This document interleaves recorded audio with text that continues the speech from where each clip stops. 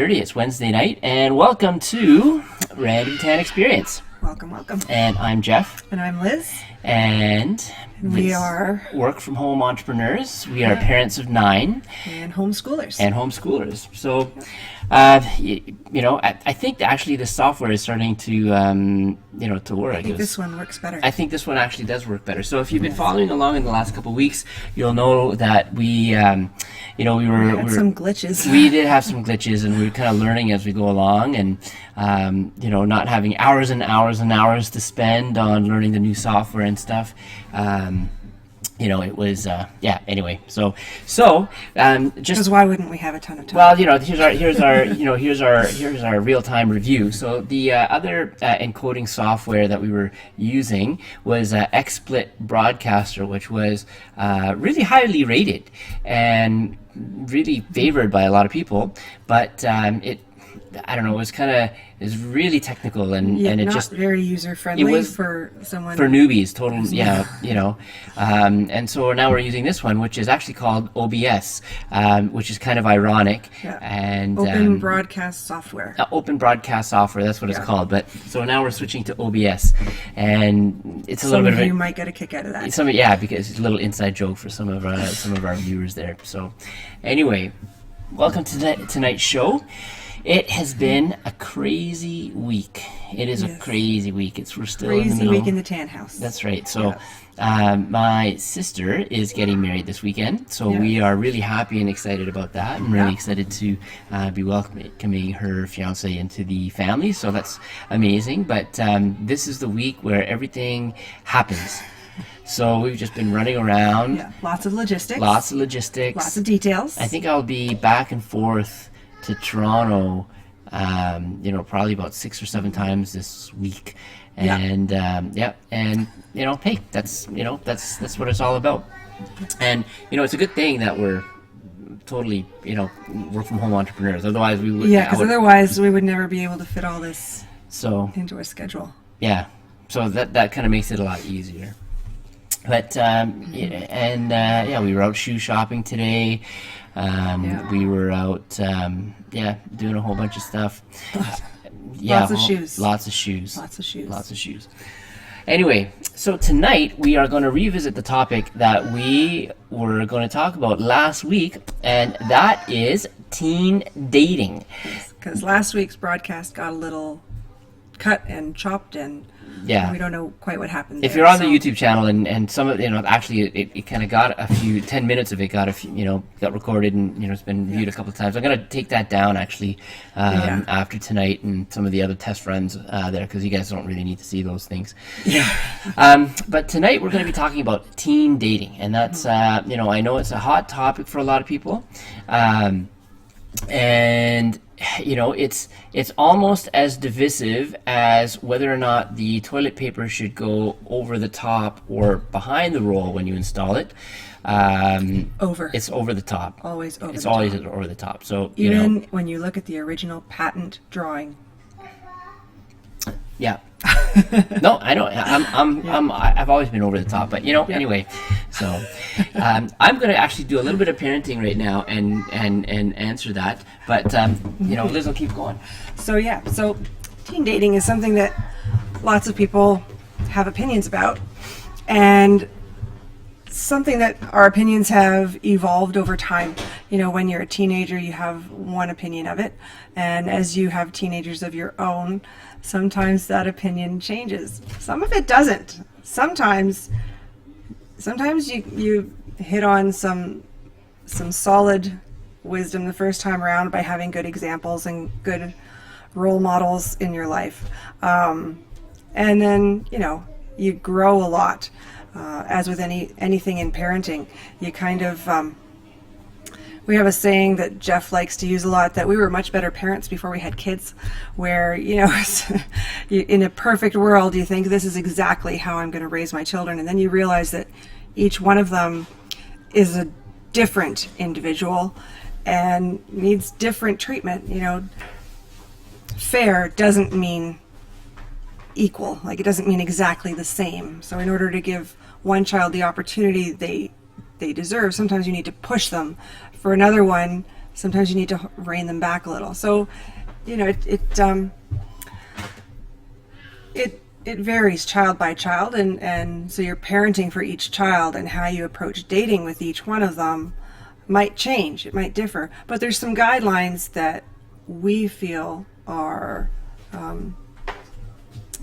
just good wisdom, just to help with growth of the person in terms of forming a solid foundation before you do something that is linking you so closely to someone who may or may not be there for the long term in your life. Yeah. So just, before we continue even, hey everybody, I'm back now. So before continuing, maybe did we define what we were going to be defining as dating yet? We didn't. No. Yet, So because dating is one of those terms that means a whole bunch of different things to a whole bunch of different people, right? So when we specifically talk about dating, we are specifically talking about the purpose of dating being to find to figure out whether this person is going to be somebody who you're going to spend the rest of your life with. Yeah. Right. So, we're not talking about, a bunch of friends going out, hanging out at the movies. We're not talking about, what we're talking about is we're talking about the exclusive, right. The exclusive, nature of dating.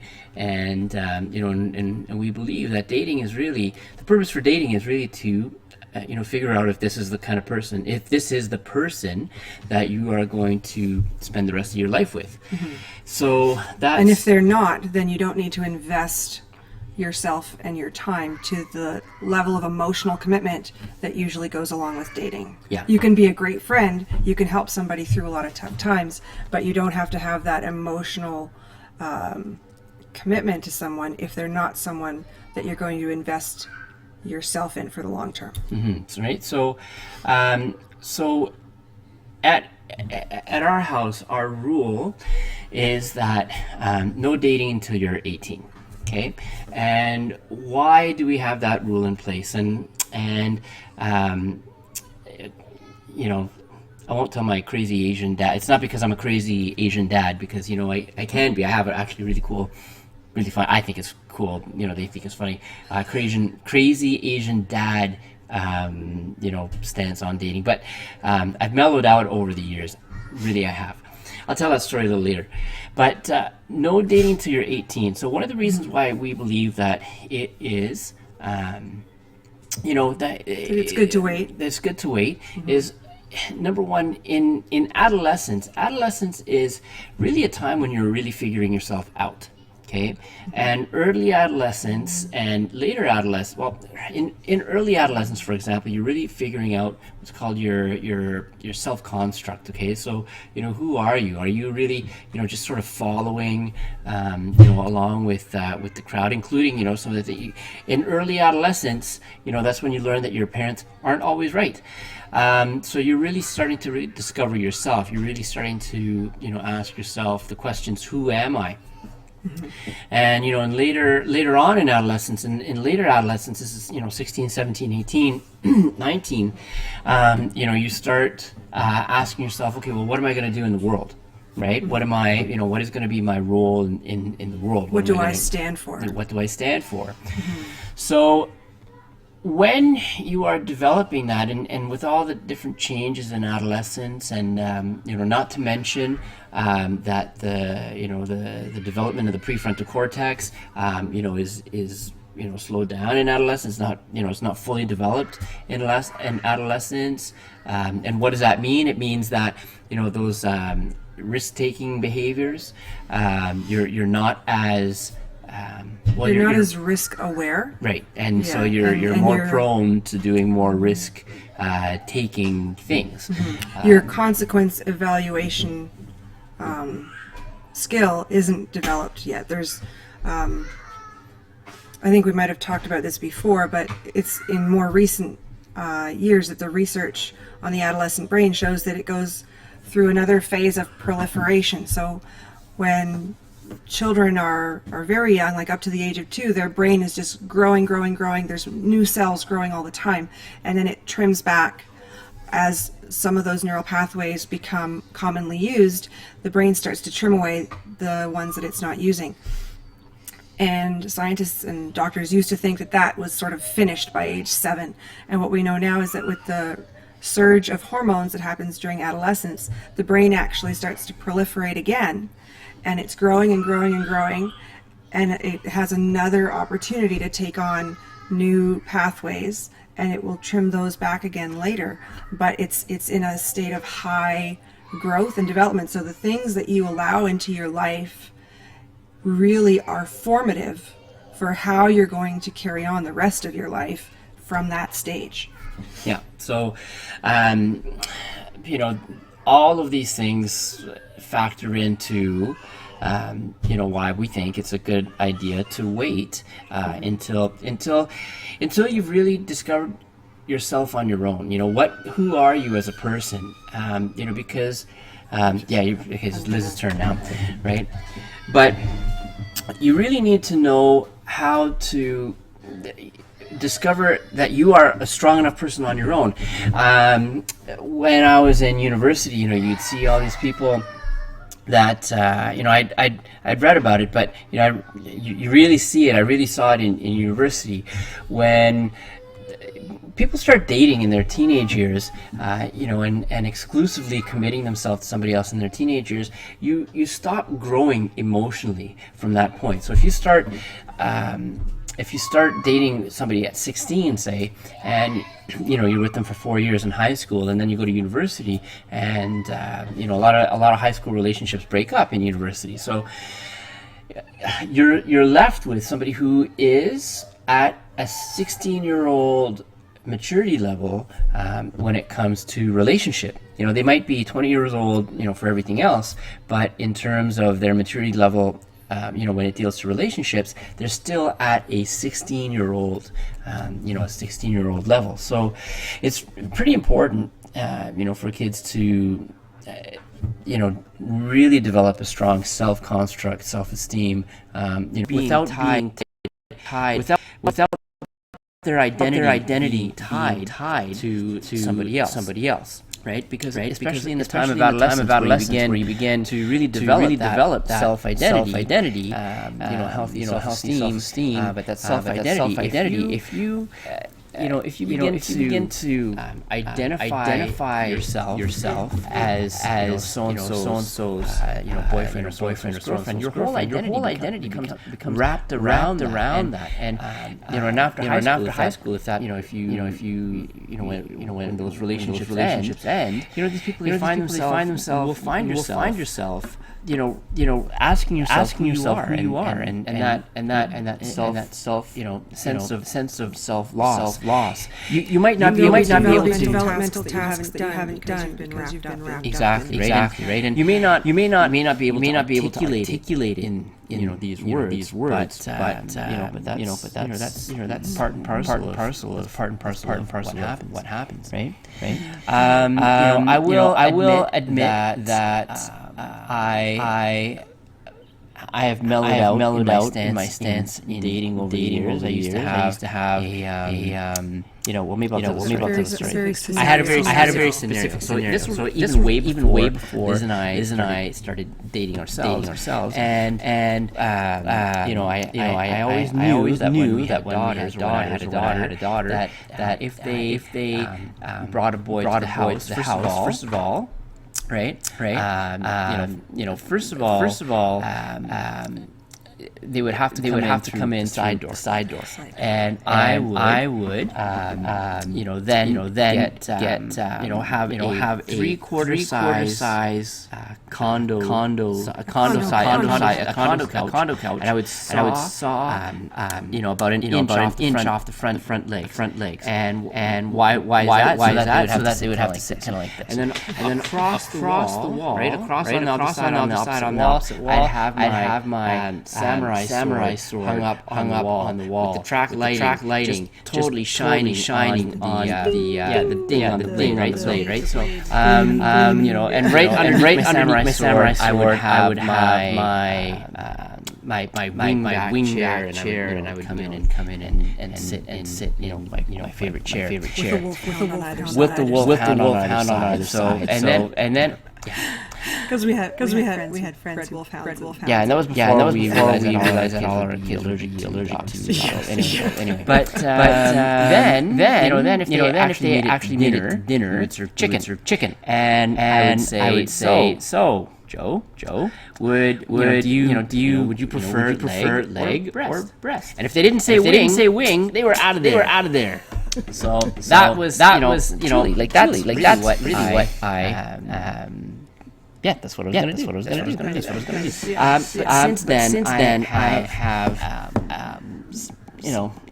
started. I've mellowed out a little bit. I'm not 17 anymore. I don't have the agility of my 17-year-old self. So, anyways, it's all psychological. That's the thing. That's what I learned when you're a parent. It's all psychological. It's all your battles. Yeah. Hey. But I'm just looking at our notes here. What else not talked about? So one of the things that's good to do when you're starting to date, because as we talked about, the purpose of dating is really to find someone that you think you're meant to spend the rest of your life with. And sometimes that can be kind of a random process. You can go through life, bounce around one another place, and just kind of meet people as you go and figure, maybe that person, and not really give it a lot of considered thought. So one of the things that we recommend doing is making a list of the qualities and characteristics that you value and that you think would complement your own personality. So and it's funny because it's something that we articulated later, but I actually did as a teenager. And I there's a fly in here. This is what happens when you live in farm country. So I made a list. And I didn't actually write it down, but I had it sort of rhymed off in my head. I want to, such and such guy who can such and such who can do all these things. And so I had all these qualities, characteristics, and abilities that I wanted to be rolled into the one person that I chose to marry. And I fixed it in my head, and then I kind of forgot about it, and carried on living, and then it was a little while after I started dating that I remembered that, and I kind of went over my little sort of sing-songy way that I would say it in my head. Back, and I was like, oh. I thought you actually wrote it out. I might have wrote it out. Yeah, just put it in a journal. Put it in a journal about that. Right? Yeah. It was in a journal. And it was when I looked back at it, I was like, huh. He ticks off this one, and this one, and this one, and this one, and this one, and this one, and this one, and this one, and this one. Like it was everything that I had said I wanted was manifested in who I felt. And I thought, wow, that worked out pretty cool. Yeah. And not realizing that it wasn't just that it worked out pretty cool, but that's actually the way our brains will work. Is that if we give it that framework to work with, if we give it that guidelines, that set of guidelines. Our brain is working on it and looking for those things subconsciously, even when we're not necessarily thinking about it. 3-year-old alert here. Hey buddy. Oh dear. Need a change. Yeah. Okay, so this is the beauty of live streaming and live recording. This is totally life unscripted, and I've said that before. But this is the reality TV is not really reality sometimes. Anyway. So one of the things that we talk to our kids about, and not I think we could do a better talking to our older kids about it is praying for their future spouse. So not just making a list, about the kind of person who they want to be married, and then the extension of that is really asking yourself, okay, what kind of person is this person going to be attracted to? Then the extension of that is to pray for their future spouse. And ask God to keep them safe and pure and chaste and to send their guardian angels to help them recognize each other when they meet. So that's one of those things that that's one of those things that we can. I think Liz and I could probably do a bit better telling our own kids. But that's something we've heard before from some of our other friends. I thought that was a really good idea. Right. So teen dating, and there's a lot. That's what I was trying to figure out. There's a lot of books that I forgot to get ready. To show you guys. But one of them is the five love languages. Right. So the five love languages. Kind of looking at bookshelves, seeing if they're around. See. Usually I'm more prepared than this, but here we go. Okay, good. So right here. See, kind of like the the tickle trunk or whatever. Right. So there are. So the first one here is the five love languages. Gary Chapman, right? And this is a great book. It's going to be great for your own conversations. With your husband and wife. Understanding that each of us has a different way that we express love and that we receive love. So, for example, one of the love languages is words of affirmation. So, if your way of if your way of expressing love is words of affirmation, but somebody else, but your partner, your spouse, their love language is acts of service. Well, no matter how affirming you could be to them, they're not going to feel affection, right? When the way that they receive love, or when the way that they perceive love, is acts of service, right? So they could be saying, this person a lot of talk, but there's no the words can be empty. So understanding what your love language is, and recognizing that your love language is not necessarily your spouse's love language, and encouraging your kids to figure out, or to learn and to observe, become self-aware of what their love language is. So this is a really good book. Okay, so the 5 love languages. Okay, so another good book, and we've talked about the temperament God gave you. We talked about that a lot, but here's another really good one here: The Temperament God Gave Your Spouse. Okay, so it's written by the same authors as the temperament that God gave you, Art and Lorraine Bennett, and it's just a very, very specific to marriage, very, very specific to to your spouse, and then another one here that we also like here: The Temperament God Gave Your Kids, again by Art and Lorraine Bennett. So this is also a good one for parents, right? So for parenting, figuring yourself out, those are just really good books to help you communicate better, because at the end of the day, that's what it's all about. It's just tools, right? These are tools to put in your toolbox, and to have those conversations with your kids as they're teenagers as well, to let them know that you've self-examined that, and to share your journey with them. You don't have to go into crazy details, but to let them know how you've overcome struggles, things that you've changed because you've realized you could be doing it better, and what it took for you to recognize those things that you needed to change. Mm-hmm. And sometimes it just makes for a really fun conversation with teenagers as well, as the whole the whole temperament thing. Temperaments. Yeah. Especially when you have a melancholic cleric who's actually a choleric melancholic, but who's actually sitting, right across from us behind the camera doing her homework, which is good. rolling her eyes at us because she knows that we do that to bug her. Yeah. So, anyway, that's So good. So, what are your thoughts on teen dating? We'd love to hear what you guys think.